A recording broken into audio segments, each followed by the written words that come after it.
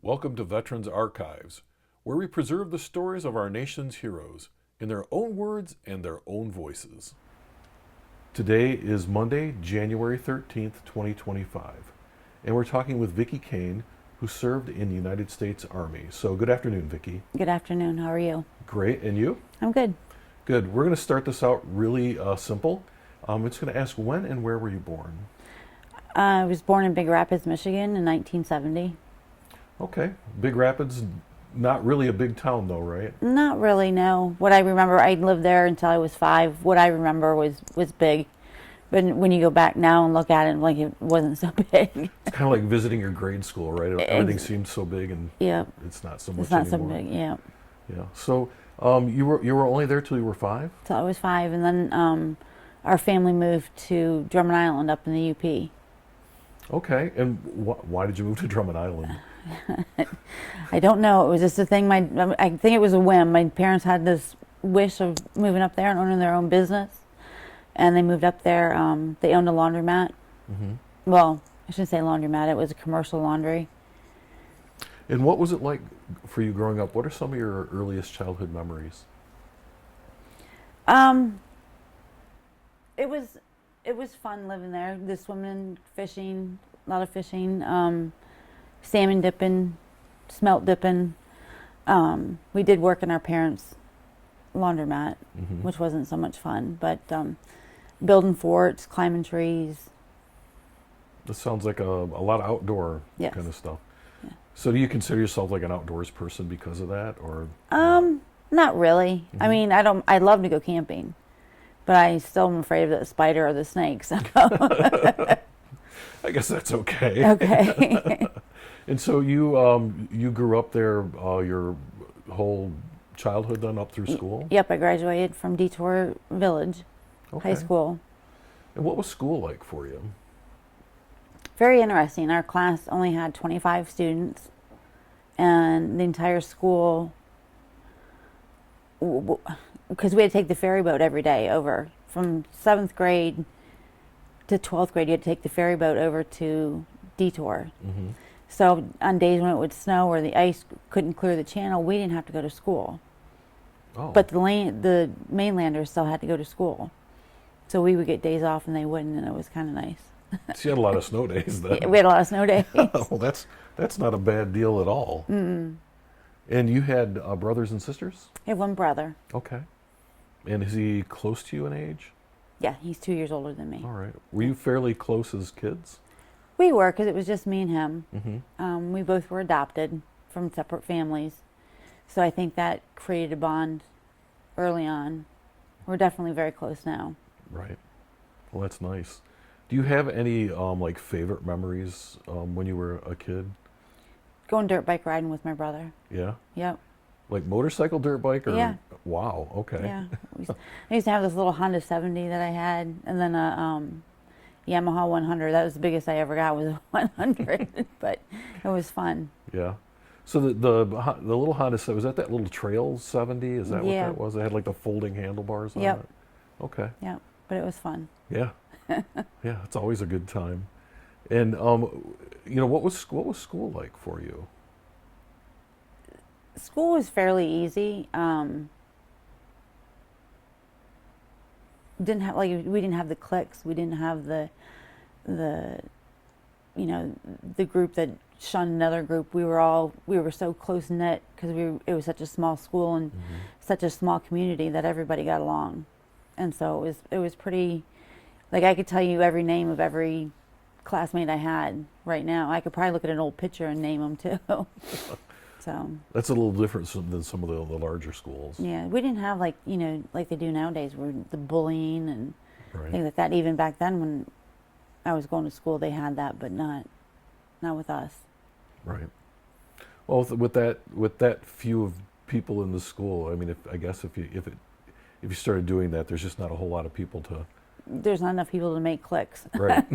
Right. Very small ones maybe, but not Right. large ones. Well, tell me a little bit about your parents. So they adopted you and your brother. Yes. What were your parents like? They were both very hardworking. Mm-hmm.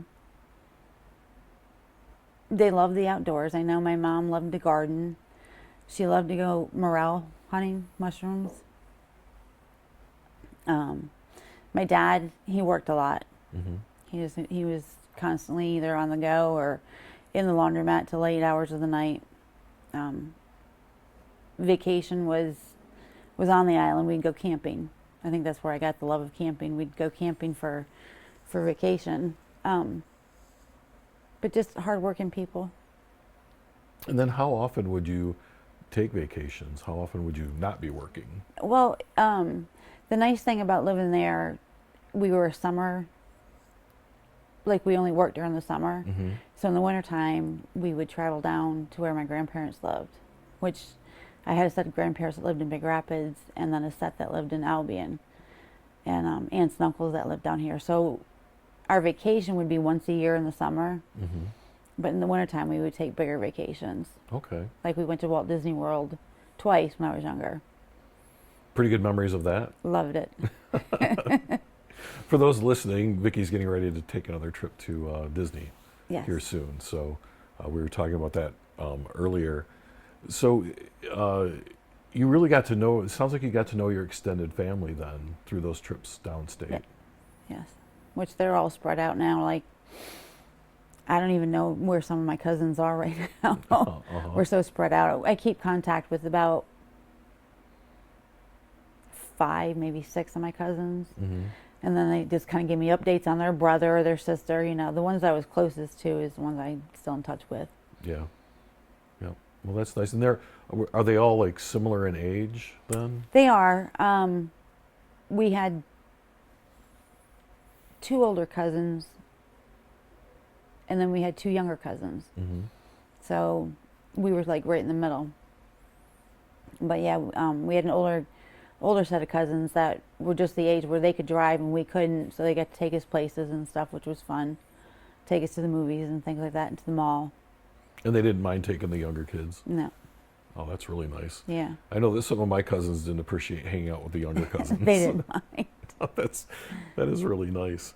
So did you lived you lived in the UP then, or the Upper Peninsula all the way through school? All the way through school. Okay. Yep. All right. And then you said at some point you moved downstate to Albion. Yes. So tell me a little bit about that. Well, I was working on the island, and there's just not a whole heck of a lot there as far as a future career type thing. So I moved down with my mom, who lived in Albion, and started working at Spencer's in the mall. I remember Spencer's. You can buy all kinds of crazy stuff. Oh yeah, it was crazy. And it was a good job, and I had fun doing it, but it wasn't getting me where I needed to go. It wasn't giving me any structure. It wasn't giving me any discipline. And so I explored the military, and the Army is what I chose. Now, why the Army? You know, I'm not really sure, because my dad was in the Army. My grandfather was in the Army. So maybe that's the thing. But I went to the Navy recruiter and didn't like what they were offering, and so I went over to the Army recruiter, and I was ready to go. Like, I wanted to go now. And the Army could offer that at the time. So now, did your dad and your grandfather, did they talk about their time in service at all? Not really. So you just knew that they'd been in, but they didn't really... I knew they had been in from pictures. Uh-huh. That's about it. Yeah, they didn't really talk about it. Okay. So you go to the recruiter, you figure out, I'm going into the Army. And so what happens from there? Are you in the delayed entry program for a little while? No. Or? Okay. Probably within a month, I was going to MEPS.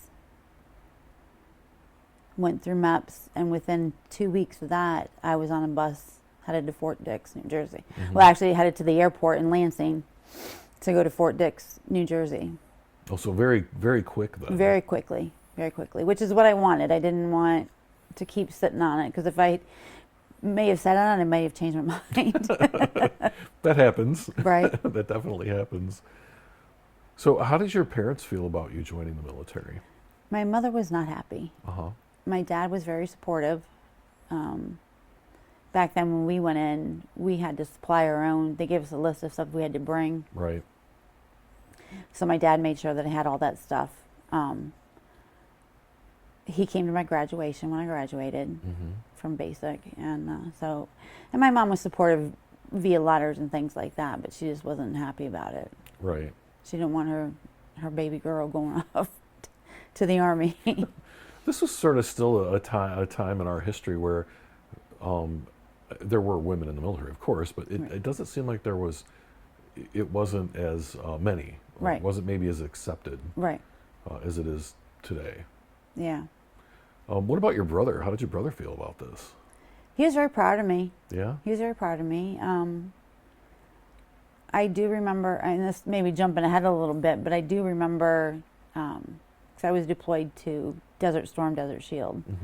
And my brother telling me a story that he was bowling, and they had the big screen on the TVs, and they announced the war had started. And he'd said he fell to his knees and started crying. That's one of my memories that he tells me. That, and then there's another one that's quite funny. Well, let's hear that story. So back then we didn't have cell phones, we didn't have things like that. AT&T built up call centers out there in the middle of nowhere. They just built these call centers. And then like you would have a food truck at these call centers. On the menu it would say hamburger, cheeseburger, all the luxuries that you would try and find at home. So of course I ordered a cheeseburger. And I'm talking to my brother on the phone then later, telling him how good this was. I had a cheeseburger. It was the best thing ever. And he's like, Vic, let me ask you something. I said, what? He said, how many cows have you seen over there? I said, very funny. Never thought about that. So you're pretty sure that wasn't really I'm pretty sure it wasn't a beef burger. Right. Not sure what kind of burger it was, but it was good. Yeah, as long as it tasted good, right? It tasted good. In my mind, it was a beef cheeseburger. That's all that matters. I remember the call centers. I remember being overseas, and you had to have the AT&T calling cards, and I remember spending a lot of money Yes. To call home at the time. Yes. Which you don't even have to do now. It's just picking up a cell phone at this Right. point. So let's back up a little bit. I want to ask, you got on your flight, you fly to Fort Dix. I'm sure they picked you up in a bus and Yes. drove you over. Yep. What was it like for you stepping off that bus for the first time into basic training? Reality was setting in Uh-huh. that I had actually done this, and I didn't know what to expect, and that overwhelming feeling of anxiety kind of took over a little bit because you just didn't know what to expect. I think I was in holding for 2 weeks before they built up a company Right. to get us going. So that was nice because it was a little more laid back. Kind of got you used to some of the rules and the regulations and stuff, and when to salute, when not to salute, things that'll get you in trouble. Right. Right. Now, when you're in like that holding company when they're building up, that can give you kind of a false sense of what basic training is like, can it? I mean, like when your company formed up and you actually started, it was quite a bit different from that. Yes. Okay. Because we didn't get, they didn't have drill sergeants. So there was no yelling in your face. There was no, you're dirt on the bottom of my shoe type person. Right. Call your mom names, all that stuff. Right. And when you get to your company, which was quite funny in itself, and didn't realize they try to confuse you. And they ran us and ran us and ran us and ran us until we were exhausted. Come to find out where we were compared to where we were going was maybe a football field away. But they ran us about 20 football fields. That sounds like something the Army would do. Yep. Dazed and confused. Right. And were these co-ed companies or were these separated? No, these were separated. We still had separated companies. Now I Okay. did AIT, and that was co-ed. but basic was all female. Okay. Well, tell me some of your, like, what are some of the memories that really stick out in your head about basic training? Maybe some of the people or some of the interactions? So I I remember there's a lot of good memories. During the it's called the confidence course. Uh-huh. I wish I had my they have like the yearbook type thing. I wish I had it with me. I could show you, but I'm not going to lie. I was looking at my yearbook the other day. Where the confidence course, there's like this, I call it a ladder, and you go up, and as you go up higher, the feet and the hand grips get further apart, and you're supposed to climb to the top and come down. Well, when I got to the top, I went to go back down, and I couldn't reach the bar. So I just sat there and said I wasn't coming down. And 2 drill sergeants actually had to climb up onto that confidence course to get me to come down. Oh, no. So then I got the nickname Private Benjamin, which was very comical, but I did fairly well. I did expert in rifle. Okay, in the handgun, grenade. Did things like that. That was fun. As far as buddies, I had one, her name was McDonald. And she was a smile on her face 24/7. And it used to get her in trouble all the time. Why are you smiling? Why are you smiling? This big old smile. It's just who she was, right? So actually 2 questions. The first one is, I'm guessing that eventually you figured out how to climb up and down the obstacle course. No. No. Nope. Oh, okay. Well, the second one is, what was it like to throw a grenade? Very scary. Because you're holding this live thing that could kill you in your hand. But it was exhilarating.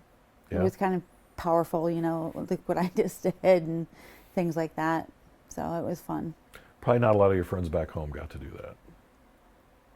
No, I think out of everybody that I graduated high school with, I was the only female that went off to the military. There were some males that went off into the military, Air Force, Army, but I think I was the only female. That's something. Yeah. Well, again, we were from such a small town. Right, so that's true. Very rare. Do you find that a lot of your friends just kind of stayed around your hometown, or did they disperse? I talk to them on Facebook, and keep contact through Facebook. And out of the ones that I talked to, they are still on the island.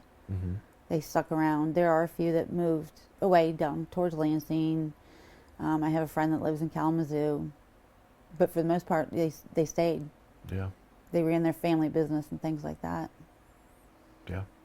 Now, is your family's business still there, being run by anybody else, or it's gone now? No, it did for a while. Somebody had bought. My dad had sold it, and then my dad had passed away, and just with everything that was, the logistics of everything, they ended up they turned it into something else. I'm not even sure what it is. Oh, okay. Okay, I was just curious. So you get to basic training. You sounds like you did really well there. And then when you got done with basic, did you come home or did you go right to AIT? Went straight to AIT. Okay. And then what was your job? 63 Bravo, which is a light wheel vehicle mechanic. Okay. So at a time when a lot of women didn't join the military, you joined the military and became a mechanic. Yes. Wow. That's kind of pushing it. Yeah. So to speak. All right. So was your AIT right there at Fort Dix? It was. Okay. Yep. We had some classes at McGuire Air Force Base. Those were the best days because they're right when they say the Air Force and the Army eat, sleep different.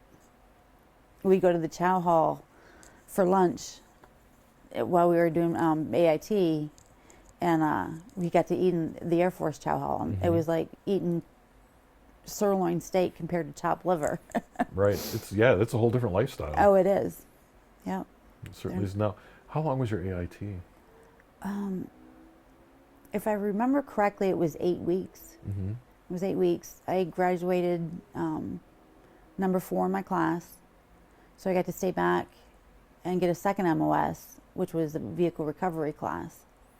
Okay. Which was kind of an honor to get that, because not everybody got it. Only the top 6 got to stay and get that extra MOS. Mm-hmm. And so vehicle recovery, that you're basically, that's towing these big vehicles. When we talk about light wheeled vehicles, we're not talking about cars though. We're still talking No, about, we're talking about Humvees, deuce and a halves. good sized machines. Yes. So, I got to ask, you're really, I don't like to use this term, but you're kind of in a man's world at that point. How was that for you? Did that motivate you to try and do better than everybody else? Or are you just, I'm just trying to get a feel for what that was like, because I can't really relate. I'm not sure how to put it the way that I want to explain it. I paid attention during class, and everything was by manual. Mm-hmm. They would show us how to change a battery in a vehicle. Now here's a manual. All you had to do was follow that manual to a T, and you could do it yourself, So it was easy as long as you paid attention to that manual. And then the day before, they gave us the answers to the test the day before. Mm-hmm. So as long as you paid attention the day before, you're passed in the class, and that's probably why I passed so high in the class. I had a good memory. And you paid attention. I paid attention, but Okay. It was a little difficult at times. They treated the females a little bit different. Mm-hmm. They got special treatment, things like that, which I did not like, Right. but that did happen. Now, were there a few? So I assume there's a few other women in your Yeah. group. So it wasn't just you. No, there was probably 15 of us, maybe. Mm-hmm. So yeah, Okay. Did you tend to stick together? we did. There was one private chapel. I'll never forget. I met her on the bus going to basic. Mm-hmm. We ended up going to basic and then AIT together, and then we both got stationed at Fort Stewart. And when we got deployed over to Desert Shield, she was in a different company, but I ran into her over there too. So her and I were pretty close. Yeah. So it's interesting too. I don't know if this happened to you. Have you run into people that you were in basic or that you had been in AIT with, other than her, kind of throughout your time in the military, or not? No, not really. That's the only one that I've ever ran into. Okay. Yeah. All right. So you finish up with AIT. You did really well. You got the additional MOS, and then at some point, did you come home, or did you just go right to your unit? No. At Christmas time, we got Christmas break. Mm-hmm. I was still in AIT. I was still in schooling. So we got to go home for Christmas. So when AIT was finished, we went straight to our duty station, Okay. which was in March, I believe. So what was it like coming home for that first time after being in the military? It was nice. Was it? It was nice. I had lost so much weight. I was so thin. But back then, I don't know how they do it now, but they made us wear our Class A's to travel in. I don't know if they do that now or not. But so back then it was kind of nice to be in an airport or to be on a bus, and people are like, "Thank you." But, coming home from Desert Shield and Desert Storm was just tremendous, overwhelming feeling. Mm-hmm. But going back to AIT and stuff, yeah. Okay. And then did you? So you were home for what, 2 weeks then for Christmas? Yeah, about 2 weeks. Yeah. Okay.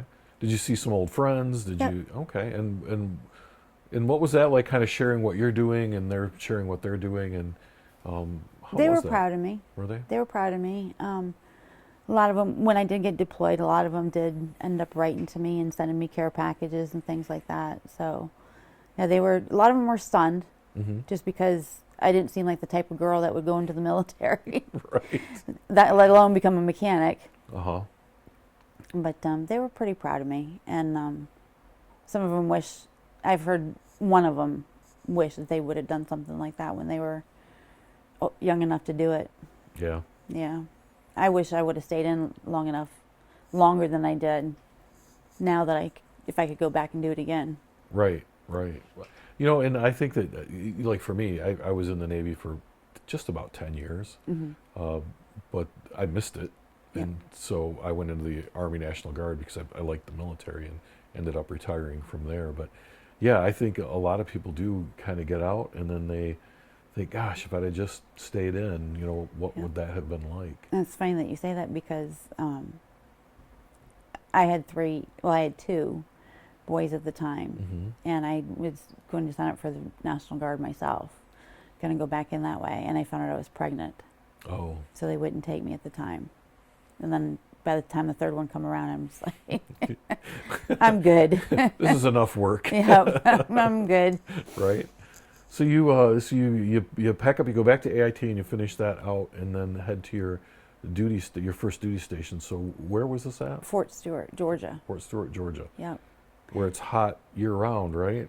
Yeah, it actually snowed there, but it never touched the ground. Uh huh. It was just kind of like a flurry or two once in a while, but yeah, hot. And I had been down south on vacation, like to Florida, Right. but to actually live in that kind of environment was a shocker because I had never done it. I mean, I grew up in the UP Yeah. of Michigan, so it was a big culture shock for me. Mm-hmm.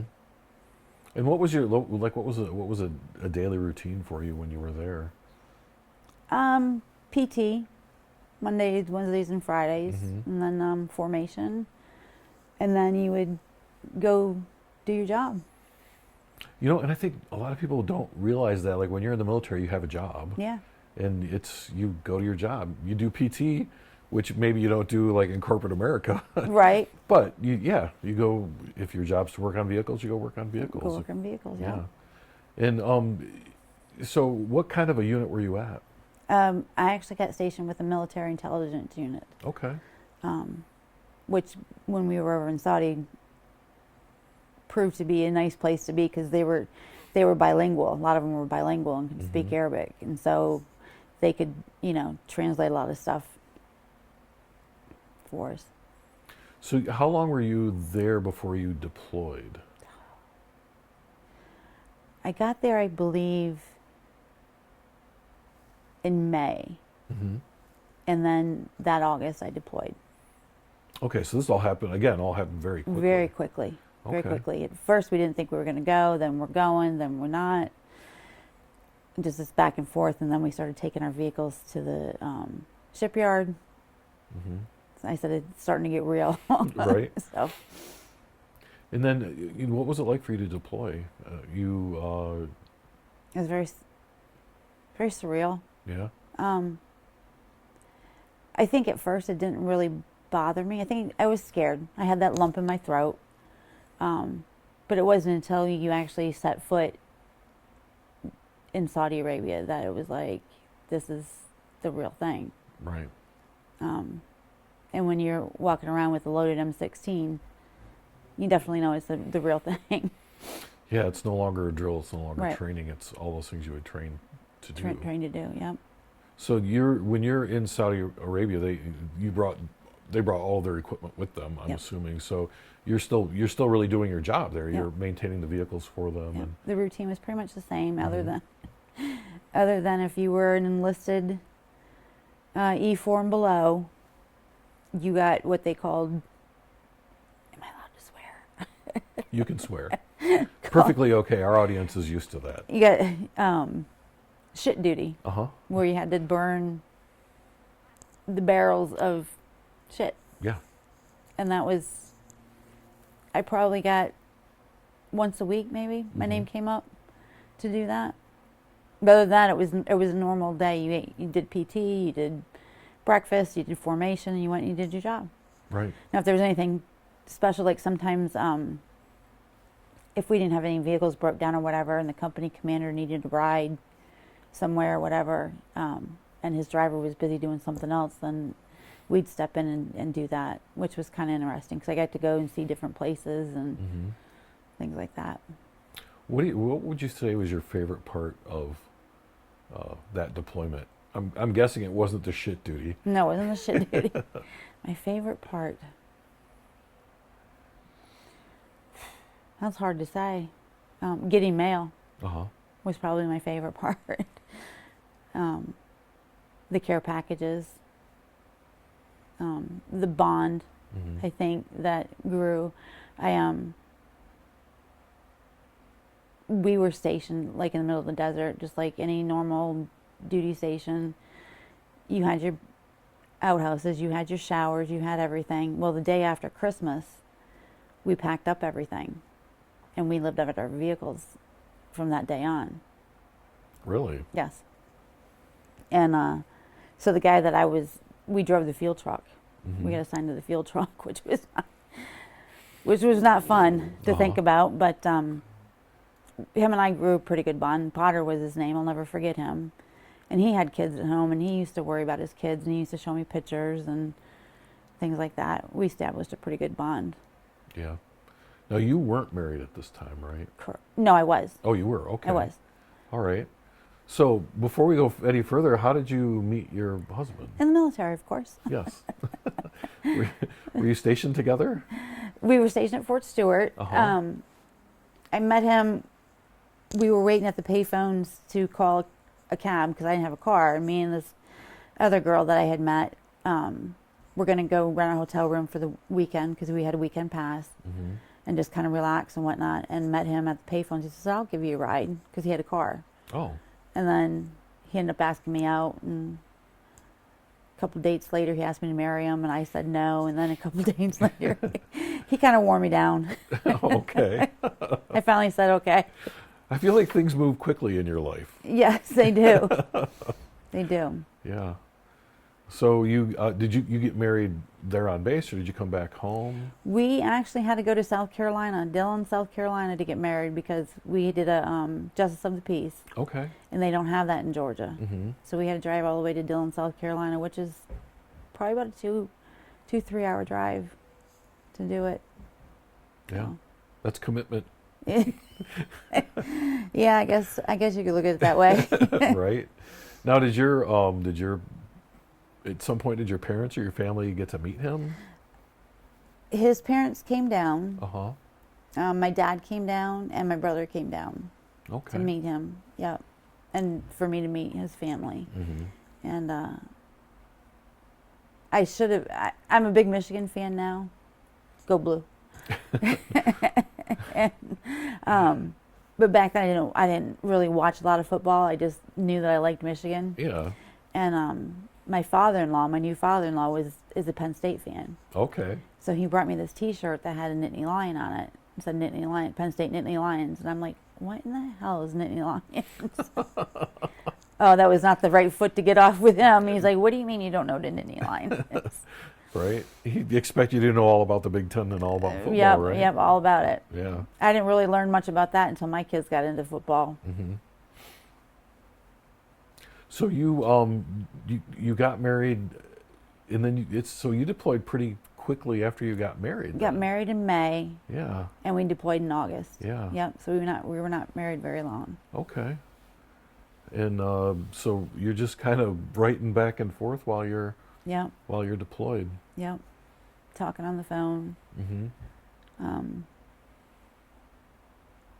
So you got married quickly, but how do you think being apart impacted your relationship? It wasn't. I realized it wasn't a good decision to make.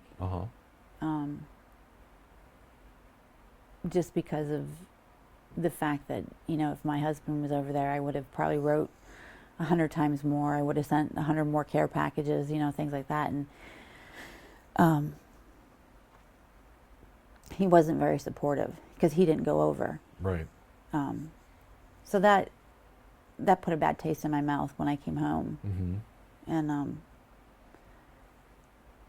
at that time, I had said I wanted a divorce, but then I found out I was pregnant with our first son. Okay. So I said I would try and work things out, and we would work through this and raise our son.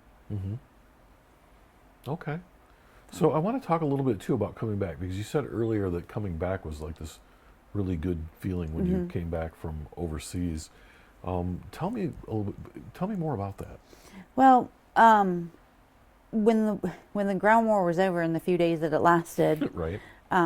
they sent a group of people back home early to get because we had National Guard staying in the barracks and things. Uh-huh. So they sent probably about 100 of us home early to get everything ready and stuff for when the whole company comes back.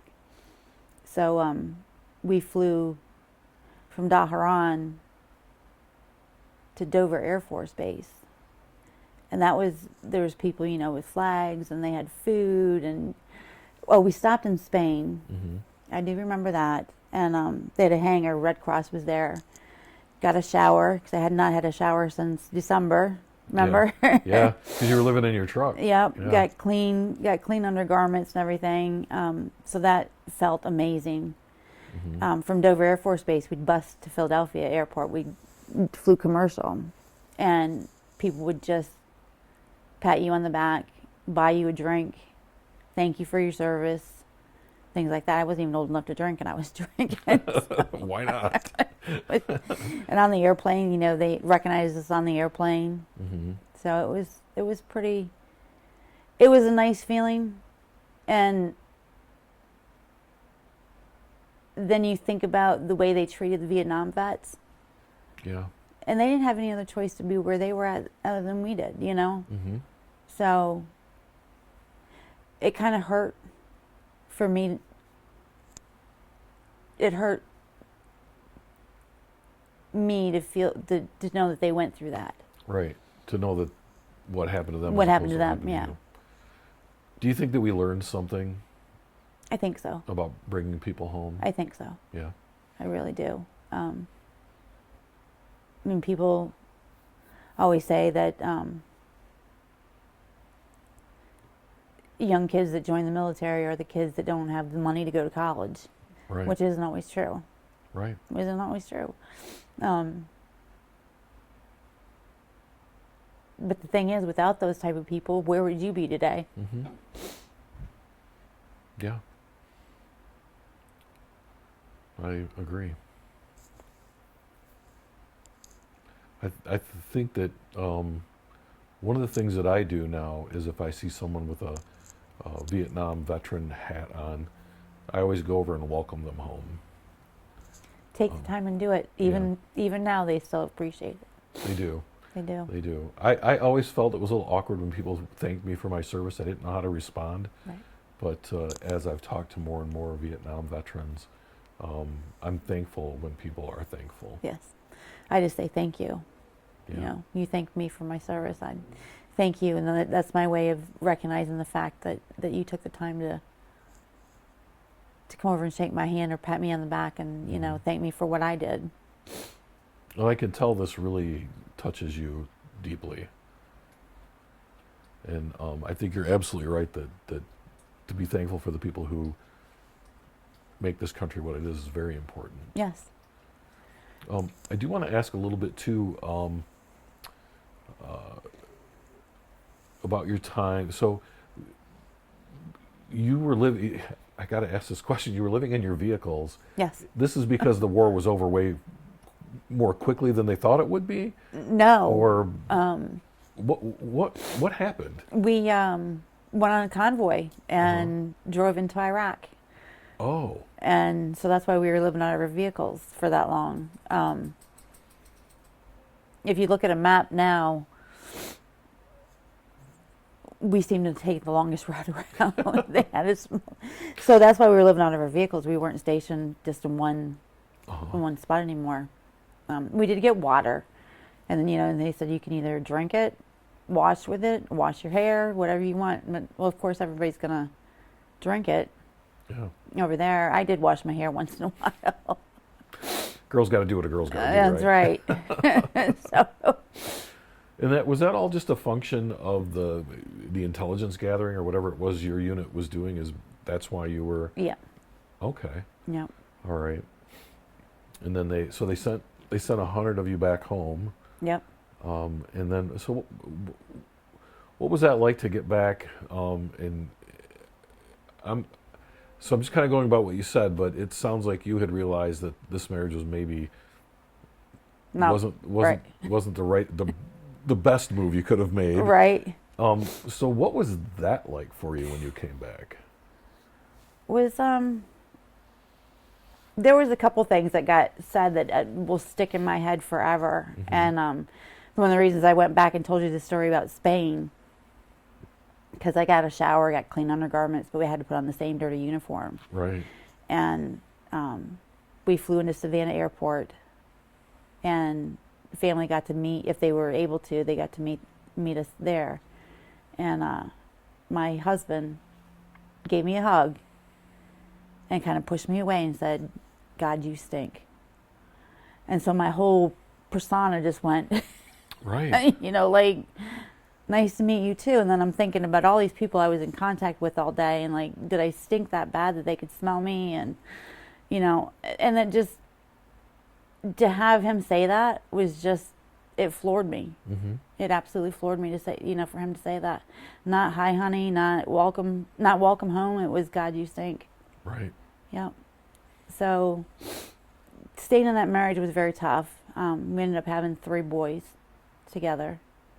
Wow. We were separated after the second one, and then kind of tried to make things work, and then I found I was pregnant. That's when I was going to join the National Guard, and found out I was pregnant with my 3rd son. So. Oh. All right. So you come back. That happens. And I don't care if you're a guy or a girl. No one wants to have someone tell them that right when they get home. Right. That's just not good. So you got everything ready for your unit to come back, and they came back. How much longer were you stationed there? And did you go someplace else, or did you? No. Okay. I stayed there until I got out. Okay. All right. And did you have your first son while you were still in the Army? Nope. I got out. I found out that I could get out due to a pregnancy. Uh-huh. And I had found myself in a little bit. I got 2 Article 15s. So. Okay. Do you mind talking about those? No, that's okay. fine. I always want to ask now. Full transparency. I've had my fair share of those too, and I find that some of the best people in the military have had Article 15s. So right. Let's talk a little bit about that. Well, the first one I got was for going AWOL. Uh-huh. I hadn't been able to go home or do anything since I had come back to go see my family, and I put in for leave, had ample amount of leave, and they denied it.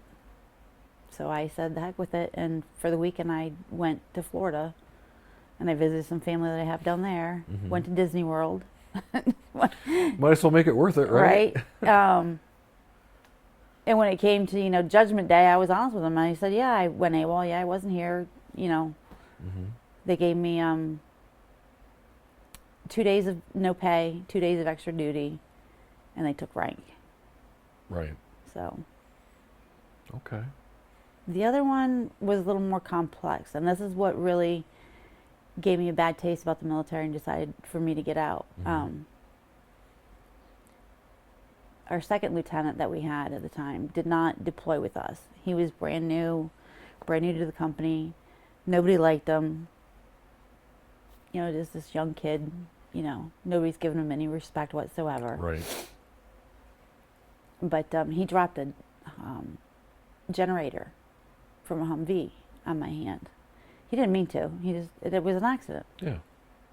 And they couldn't do anything for it. They just wrapped it up. The next day, before formation, how you kind of, gaggle around and you smoke that last cigarette and stuff. Yeah. One of the girls had asked me what had happened, and I told her. Well, he overheard the conversation and gives me an Article 15 saying I degraded an officer in front of formation.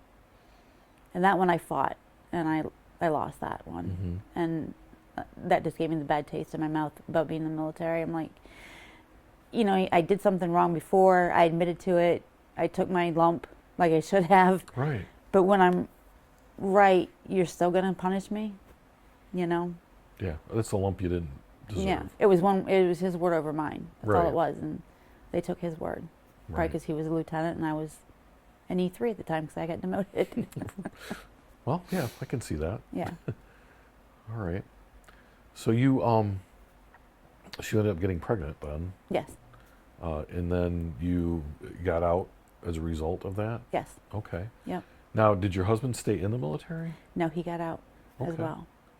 He got out. He didn't get deployed because he had a back injury Mm-hmm. while he was in, and they wouldn't take him on medical status. Right. So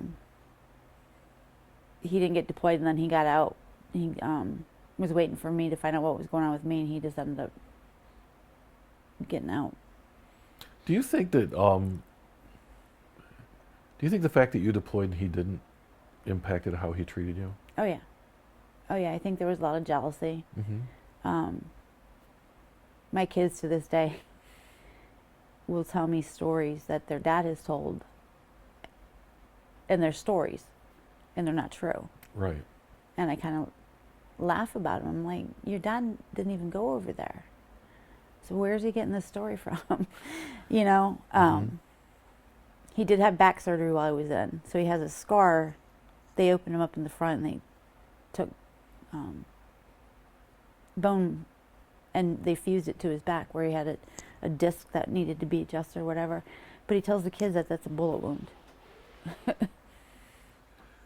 So there was some jealousy between your husband and you Yes. regarding his service and not having deployed. When you both got out of the service, then where did you go from there? We moved to Pennsylvania. That's where he was from. Okay. I wanted to move to Ohio to kind of make it an in-between thing, so I was close to my family in Michigan and he could be close to his family in Pennsylvania. But we ended up in Pennsylvania, and I spent the better part of 30 years in Pennsylvania. Okay. Now, did you both work, or did he work, or Well, how did that work? he worked. He started off working. Mhm. I went back to work when our first son was about 8 months old. I went to Okay. work at a daycare and continued doing that, working at daycare all through my second pregnancy. Mhm. And he was still working. And then we had our third son. Now, mind you, we were separated. And he came home from one day from work and said he wasn't going back to work. He quit. Yeah, he just quit. What kind of work was he doing? Working at the post office. He Okay. had a decent job. Yeah. So I ended up going to work and worked at the post office, which put a big strain on me and my family dynamics because I wasn't always there for my kids because they had to get babysitters. They had to, Right. you know, it's unfortunate that my ex-husband, he was living with me when I told him that I was going to see a divorce attorney, Mm-hmm. and we got divorced. He had no ambition to do anything. But kind of my fault. I didn't know him very well when I married him. Right. That happens. So how long were you married then? Total? 8.5 years. 8.5 years. Yeah. Okay. I want to back up a little bit and talk about your boys, though. So, Okay. Your first son, what's his name? His name is Andrew. Okay. Tell me something about him. He was in the military. Okay. He did 4 years in the Army, Mm-hmm. stationed in Hawaii, Schofield Barracks. And I could kick myself in the ass for not ever going out there to see him. 'Cause Yeah. it would have been nice. He got out for about a year and then re-enlisted in the Air Force. Mm-hmm. So he did total, I think, about 8.5, 9 years in the military. He has a beautiful wife, 3 beautiful babies, my grandbabies, and they live in South Carolina. Okay. And what does he do now? He works some company for logistics. Okay. He does logistics, which is kind of what he did while he was in the Army. Mm-hmm. He did the human resource aspect of things. Okay. And are you proud? I take it you're proud of him. Oh, absolutely. Yeah. I'm proud of all 3 of my boys. Yeah. Yeah. Well, I saw your face light up when you said grandbabies. So, Oh my gosh, they're my world. yeah. They're my world. Now, and he was born in what year then? 1992. Okay. And then your second son was born? In 94, September of 94. Okay. So just about 2 years apart then? Yep, because then the third son was born April of 96. Okay. Yeah, so every year from 91 to 96, I was pregnant at some point Oh my God. during the year. Well, tell me about your second son. My second son, he lives in Florida. He Mhm. has one grandson of mine. Getting ready to have number 2 in July. He works construction. Mm-hmm. He loves it, he says. I don't know how he does it in the heat, but he loves it. He's a great father. Mm-hmm. He was having his challenges in life, and he had that baby, and that baby turned his life around. So, Okay. yeah. Sometimes that happens. Yeah. Right? Yeah. And then what about your third son? My third son, he lives in Pennsylvania. He's the only one that's still in Pennsylvania. Uh-huh. He's the reason why, well, he's not the reason why, but I stayed in Pennsylvania until after he got out of college. He graduated from Shippensburg University. Okay. He played football. That's Oh. where I got. All three of the boys played Pee Wee and pony football, and then Stephen went on to pursue high school and things like that, and got, what's the word I'm looking for? You get a scholarship? Yeah, he got a scholarship for a D2 school, so. But he lives in Pennsylvania. He has one grandson right now. Uh-huh. Pride and joy of him, too. So. There must be something when you all get together with the grandchildren and the boys. And We just did it Thanksgiving. how was that? Very chaotic. Yeah. Yeah. The age range is 7 years to 10 months of kids. So, but it was fun. I mean, Yeah. it's well worth it. It's well worth being exhausted at the end of the day. Yeah. I can believe that. Yeah. I gotta ask, so if I do my math correctly, at some point you had a 2-year-old, a 4-year-old, and a 6-year-old, all boys under one roof. Yes. And I know that you were working as well, but what was that? I mean, what was that like as a mom having 3 boys that are all like very close in age? Very challenging. Yeah. Very challenging. Because 2 would always get along with each other, but not all 3. So you would have these 2 that were getting along, and that one, they were both fighting with this one, and then an hour later it would be these 2 are fighting against this one, and it was having boys. I mean, I always wished I had a girl. I cried when I found out Stephen was a boy. He was my last one. Does he know this? Yes, he does. Where was I going with that? Oh, but boys, there's something emotionally connected with boys that, they say that, a son, his first love is his mother. Yeah. I feel that. And with everything I'm going through now, they've been very supportive of everything with that. But yeah, growing up with 3 boys, there was never enough food in the house. The house was always dirty. I don't care how much I cleaned it. There was always dirty clothes. And they all 3, so at some point they were all 3 playing football at the same time then, Yes. right? Yes. That must have been very busy. Yes, it was. Do you feel like your time in the Army maybe helped you? Maybe a with little this? bit, helped me be a little more organized and structured and things like that. Yeah, I do. Okay. I really do. I think the military helped me with that in a lot of aspects of life, in the way that I handled situations and things like that. Yeah. Well, I mean, if you can stir a barrel of shit that's on fire and not completely lose it overseas, I mean, that really does say something, though. Right. Yeah. Right. And so, what did you do at the post office?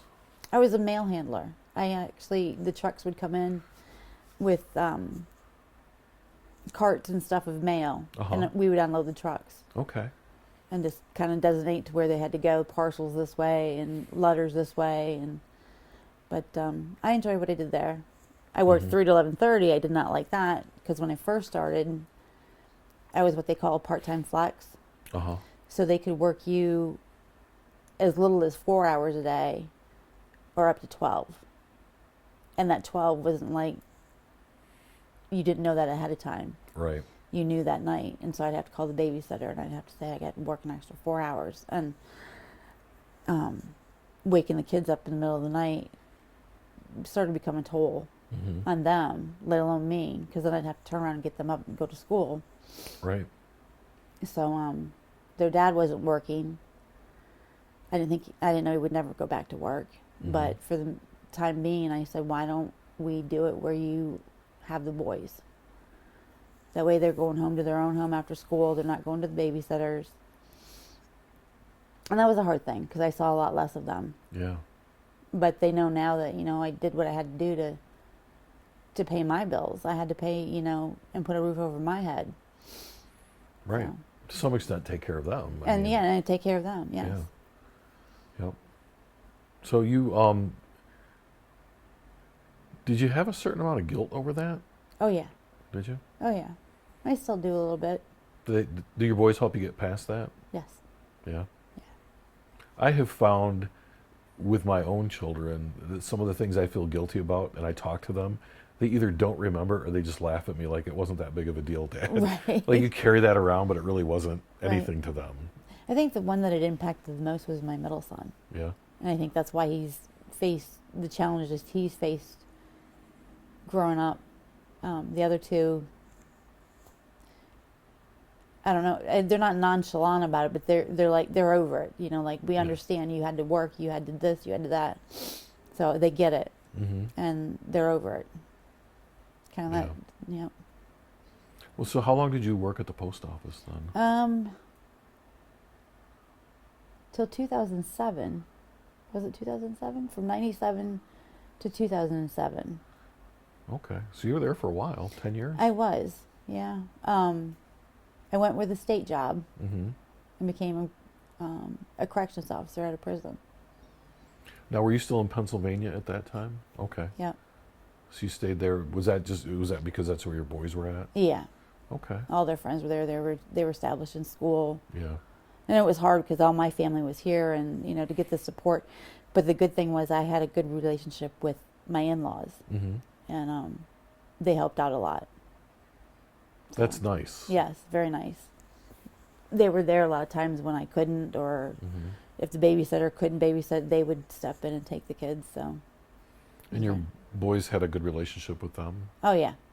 Oh yeah. Okay. Yep. And so you so when did you leave Pennsylvania then? 2019. Okay. And you so did you retire from the corrections field? I did. Trying to think if it was 2000. It was 2019. Yeah, Mm-hmm. I retired from the corrections field. I got to buy back my military time and all that stuff. So it was kind of nice to have that opportunity to do that. And financially wise, be able to retire altogether. Right. Because the VA was working on my claim and things like that. Mm-hmm. So. What was it like working in corrections? I gotta ask. Well, it was a maximum security all-male prison. Uh-huh.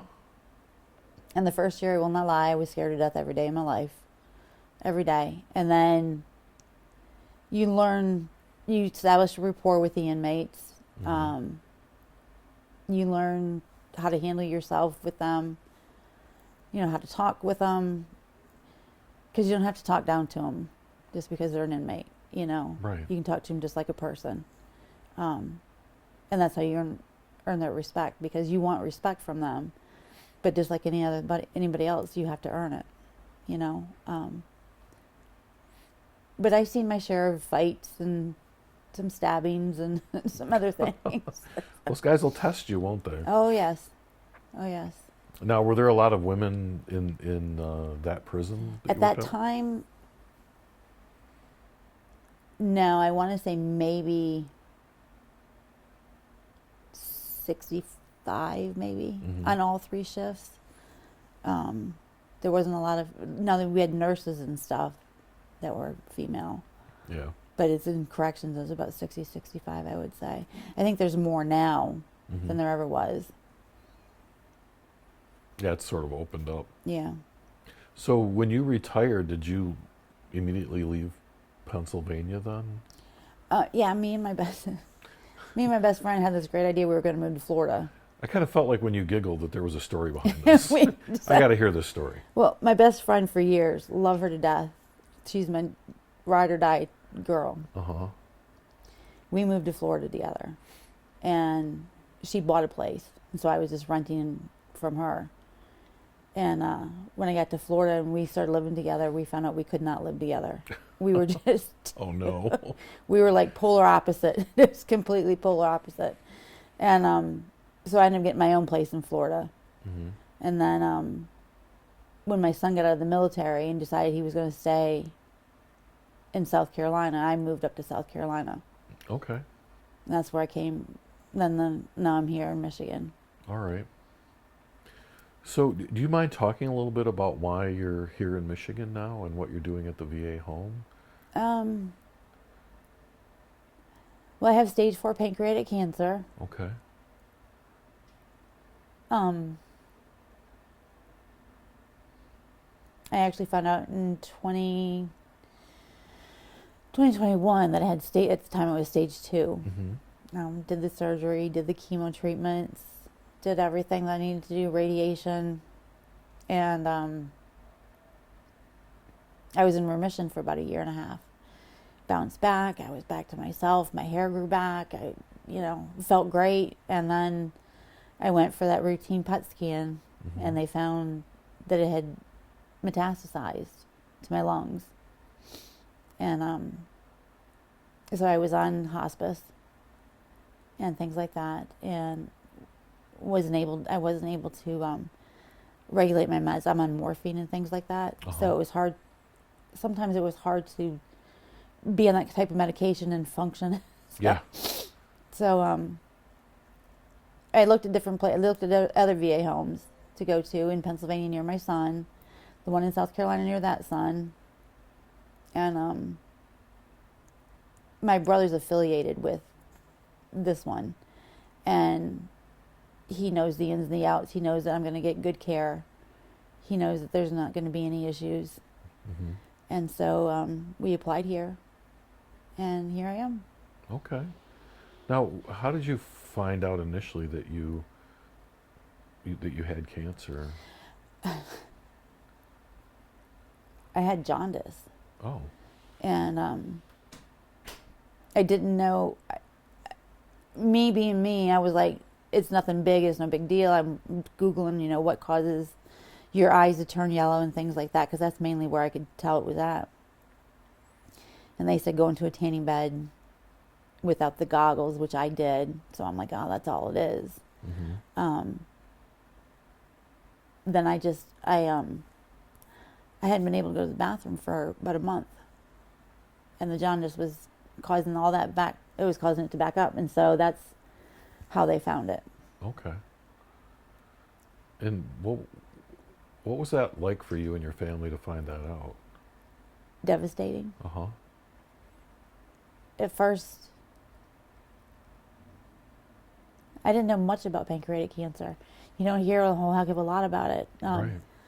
So then I started reading, and they say people with pancreatic cancer or who are diagnosed with pancreatic cancer have a very short lifespan. And I'm going strong for 4 years. Yeah, I was going to say when you said that I was going to get you a tissue. Over there. Okay. I'll just set the box right over here. Thank you. You're welcome. And I'm sorry if these questions upset you. No, it's okay.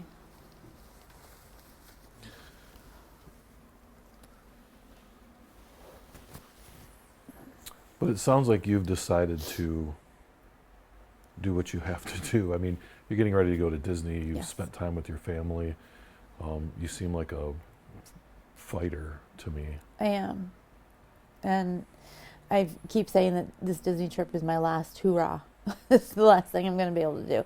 Because it does take a lot out of me. Yeah.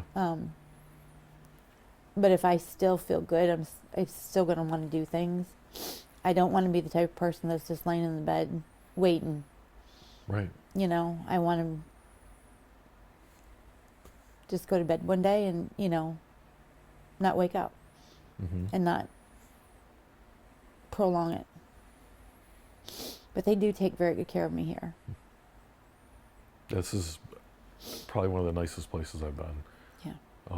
As a veteran, I can't think of a better place to go, Yeah. honestly. What gives you hope every day when you get up? That it's gone. Mm-hmm. Every day that I don't feel any pain is a good day. Yeah. My grandbabies keep me going. I talk to my one son every day. He calls every day, so I get to talk to my grandson. Yeah. Just hope that it's not my time. Right. I don't know why it's been so long. I mean, it's been 4 years. It'll be 4 years. Oh, it is 4 years in January that I've had it. So I am, like they said, the walking miracle. Because normally people with pancreatic cancer would have gone a long time ago. Yeah. Well, maybe there's just something else that you have to do. I guess. Take my babies to Disney World. Are you excited about Disney? Let's talk a little bit about that, because I'm very excited. Disney has popped up throughout our conversations. Yeah. You went to Disney when you were a child, and you skipped out on the military for a little while and went to Disney, which I don't think is necessarily a bad choice. So, is Disney something that, like, is this something that you've always enjoyed? Talk to me about Disney. When I was a kid and we got to go for the first time, it was just the most overwhelming feeling and the most joy that I had ever felt in my entire life. Like, to be there with my family and just the awe, like they say, the Disney magic. Yeah. That's what it was. It was the Disney magic. And I started, Winnie the Pooh was my favorite character at the time. Then I went back with my parents. I was a little bit older. I was about a teenager. But each time that I've gone, I get that same feeling. I get that same magical feeling. And people may say that I'm crazy, but it's true. It's like, and it's well worth the money that you spend. Some people say they wouldn't spend that kind of money on a vacation, and I'm like, you spend that kind of money on another vacation, but you don't get all the ins and outs. Like, Disney World is just Disney World. I don't know what to say about it. Yeah. My wife cries every time we walk into the Magic Kingdom. Really? Every time. Really? Yes. Love it. Yes. But she went there with her family, and she went there with her parents, and it's hokey, right? It's the most magical place on earth. It just is. But yes, every time we go, when she walks through those gates initially, she cries. Yep. And when we drive to the hotel and we drive past the Magic Kingdom, because we're not going on that day, she cries too. Oh, geez. So I understand through her kind of how that feels, but I don't meet a lot of people, especially my age, that feel that same way about going there. But this has really been a part of you. Yeah. Oh, yeah. And just this trip, I took my boys when they were younger, and that was just unbelievable. That's the one thing, and my kids will tell you that's the one thing that they really remember about their childhood is the Disney trip.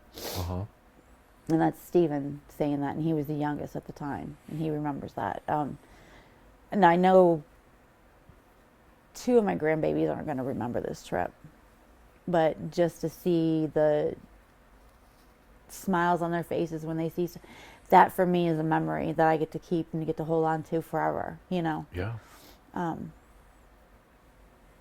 So yeah, this trip is definitely about my grandbabies and making them happy, and what they want to do, and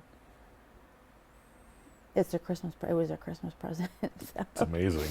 Yes, it's an amazing Christmas present. I've been blessed enough to be able to do it. Right. Yep. Well, you said your favorite character is Winnie the Pooh. It was. Do you have a new favorite character? Well, I like the Little Mermaid. Yeah. And I like Finding Nemo. Nemo, probably. Those are my top 3. So do you go to Epcot to the Nemo exhibit there at all? Yes. Okay. Yep. All yep. right. We're doing the 4-day. We're going for 5 days, but we're doing the 4-day park hopper pass. Yeah. So we're doing Animal Kingdom first, Hollywood Studios. Then we're taking a day off. Then we're doing Magic Kingdom. We're doing Epcot last. So my youngest son, they say drink around the world. Everybody wants to drink around the world. Oh yes. He wants to eat around the world. That's his big thing. That's what we do when we go there at Christmas time. They have their special cookies. Okay. And so you get a cookie pass, and every time you get a cookie from one of the places, they stamp it, and then when your stamp's full, you get a prize, which is another cookie. But I can understand the eating around the world. Yeah, he for wants sure. to eat around the world. Well, good for him. Yep. He's a big boy. He's the one that played football. Yeah. So he's a big boy. So what is your favorite, like, I know it's going to be great to have the grandchildren there, but what's your favorite, like, part of, like, the Magic Kingdom when you go there? What's the one thing that you really look forward to? Well, one of my favorite rides is the Haunted Mansion. But the biggest thing I look forward to is at night, the fireworks. At night, and just the way they set the music to the fireworks is just amazing. And I tear up every time. I tear up every time. But I like that feeling when you're walking down Main Street. You just, I like I said, you can't describe it. It's just this magical feeling that you feel when you're walking down that street. Like, no matter what you're going through, it doesn't even exist anymore. No. Yeah, it's like walking into some sort of machine that erases all of like that. in a different portal somewhere. Exactly. Right. Exactly. Yeah. So what about the other parks though? Hollywood Studios. What's your favorite park outside of the Magic Kingdom? My favorite park outside that would probably be Epcot. I like Epcot. I like Spaceship Earth. And one of the reasons I like that one is I remember going as a child, and there was a boy and a girl, and they're talking on the computers. FaceTime. Now, this was when I was a child. Yeah. And to think nowadays it actually came true.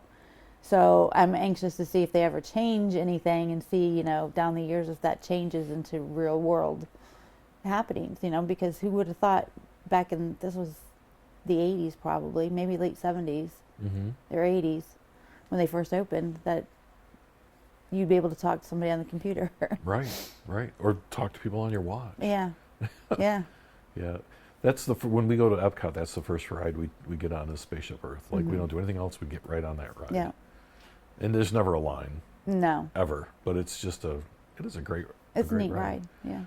And my wife is Greek, so she likes all the Greek stuff that's in there. Okay. So I think that's why that's her favorite ride. Her favorite. Okay.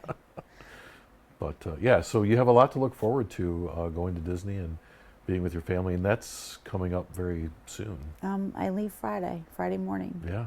Yep. Well, I want to ask, so we've covered a lot. Is there anything that we haven't talked about that you want to talk about? I can't think of anything. Okay. All right. I always like to ask because I don't know if there was something that you wanted to reserve. You've lived a very interesting life. You've done a lot of things maybe that a lot of people wouldn't have done. You've got some great stories. I do. Some great stories. I could sit here all day and tell you stories. You've got an amazing family. Yes. So as we kind of close out our time together here, what would you like people to take from listening to this story about your life? What's a lesson or what's something that you would like them to know as we close out our conversation? Just to never give up, to always believe in yourself and believe in your dreams. That it may get hard, but it's worth it at the end. I guess that's about it. All right. Well, thanks for taking the time out today to sit and talk with me. Absolutely. And to answer all my questions. I loved it. It was enjoyable. Good. I'm glad you enjoyed it. To listen to this full story or to hear the stories of other veterans, go to www.veteransarchives.org and click on the Media tab.